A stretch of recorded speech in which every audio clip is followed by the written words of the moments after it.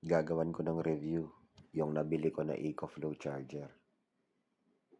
And i-compare ko to sa mga cellphone charger na meron ako ngayon. Ang gamit ko na charger para sa cellphone ko is yung nasa gitna. 5 watts lang yan. Kaya ang tagal mag-charge. Yung 33 watts naman na charger is yung charger ng cellphone ko na Xiaomi. Pero ang cellphone na gagamitin ko sa pagtitest is yung Huawei P30 Lite. Mga 5 taon na sa akin to eh. Luma na talaga. Nakalagay sa box na 30 watts yung cellphone charger na to. So ito na yung mga bagong charger ngayon na tinatawag na GAN, G-A-N, na merong gallium nitrate sa loob ng charger. Hindi ko alam kung paano nila yun nilagay. Siguro bagong technology yun. Kasi kung ikukumpara mo yung charger na to, ang liit lang niya. Halos magkasing laki lang sila ng size ng 5 watts cellphone charger. Kung ikukumpara mo naman yung size niya dun sa 33 watts charger na kasama pag bumili ka ng cellphone, ang liit lang niya talaga.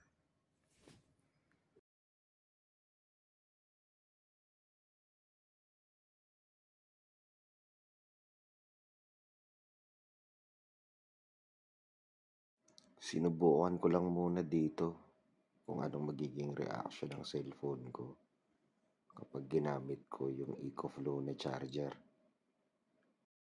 After ko i-plug in yung charger, may napansin ako dito.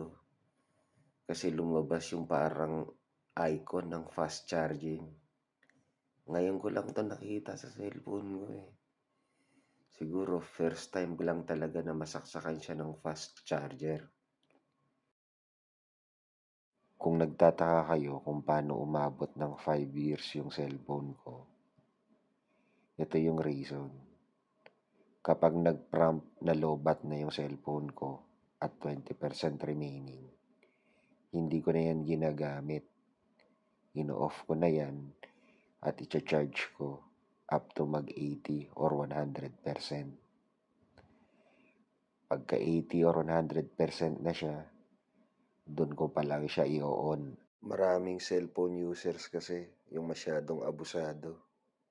Kahit lobat na yung cellphone, ginagamit pa rin habang naka-charge. Mag-i-start na ako ng observation. 8:10 a.m. Dito, titignan natin kung ilang percent ang madadagdag from 20% after 30 minutes. So, iwan ko na muna siya dito.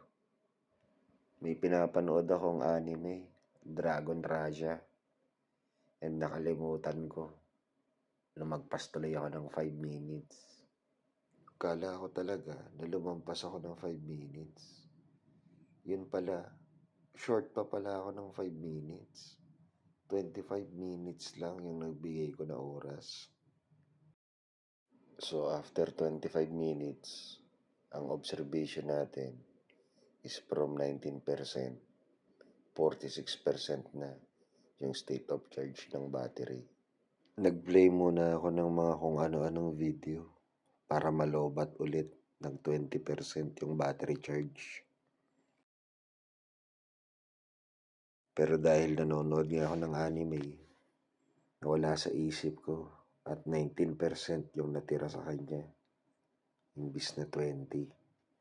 So, tanggapin na natin yung 19% na yan at mag-start na tayo ng observation.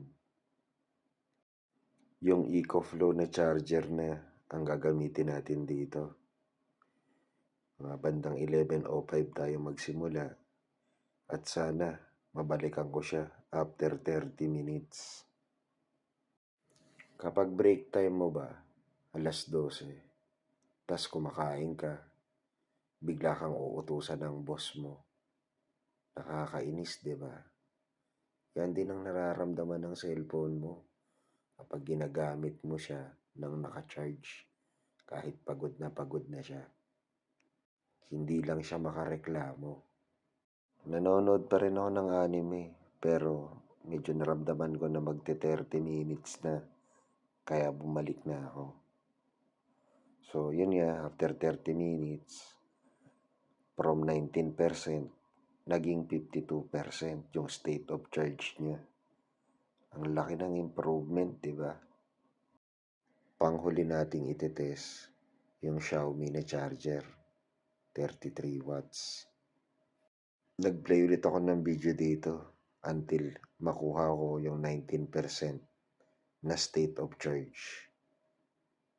And from there, tignan natin kung ilan ang madadagdag after 30 minutes. So kung 1:15 p.m., iwanan ko na muna to. Tapos babalikan ko maya-mayang 1:45 p.m. After ko isaksak yung Xiaomi charger na may 33 watts, nagtataka ako kasi hindi lumabas yung fast charging na icon. Bakit kaya? So dahil nga sa kakapanood ko nung anime, nalimutan ko na balikan. Lagpas na to sa 30 minutes. Ulitin ko na lang siguro yung test. So inintay ko na muna siyang malobat ulit. And eto, nagamit ko na yung chinarge natin kanina. Meron na siyang natitirang 19%. Charge ko na siya ngayon. Sana maalala ko na ulit tong balikan this time. 4:55 p.m. So, kailangan balikan ko siya mga bandang 5:25 p.m. Good luck talaga. So far, naalala kong balikan yung cellphone sa pagkaka-charge. So from 19%, 44% na yung state of charge niya. Nagtataka lang talaga ako kasi 33 watts to yung charger ng Xiaomi. Mas mataas siya ng 3 watts dun sa charger ng EcoFlow. Pero hindi niya matrigger yung fast charging na capability ng cellphone ko. Mas mababa pa yung production niya dun sa 5 watts na charger na ginamit lang natin ng 25 minutes. Sa observation natin, kahit hindi pare-parehas ang wattage ng charger, makukonclude natin na hindi rin pare-parehas ang pagkakagawa sa kanya. May sensing capabilities din yung mga cellphone natin na nag-a-acknowledge kung tama ba yung charger na ginagamit natin or kung kailangan nilang sakalin or pigilan yung sobrang lakas na charger. Kaya as much as possible, gamitin natin yung assigned charger na kasama ng cellphone natin. Huwag tayong manghiram ng mga charger na sobrang lakas dahil baka masira yung phone natin. Basahin din natin yung specifications ng charger. Hindi yung dahil nakita natin na mataas yung watts, yun na yung pipiliin natin. EcoFlow yung brand na napili ko na charger. Kasi gumagawa rin sila nung parang power box na kinakabitan ng solar panel. So, nireview kong mabuti yung charger na to bago ko bilhin.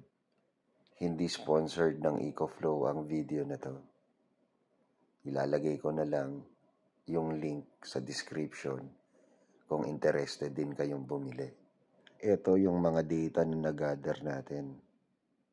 Kung makikita nyo, natalo ng EcoFlow charger kahit yung 33 watts na charger ng Xiaomi. Yun na muna siguro sa ngayon. Kita na lang ulit tayo sa susunod na review or DIY project. Keep safe sa pagdi-DIY. Peace.